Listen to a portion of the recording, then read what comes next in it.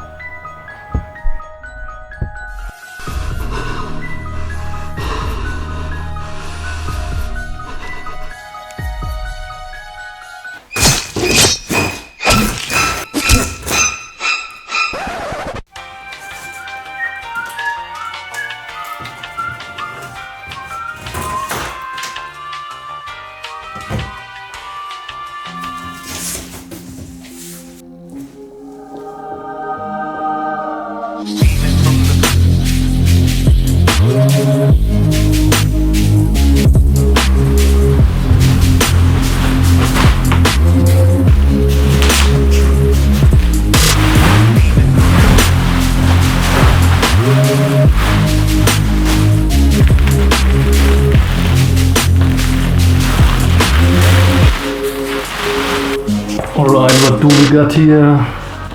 Instruction.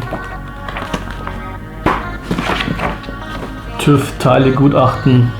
You don't need it in America. And finally a RECARO sticker.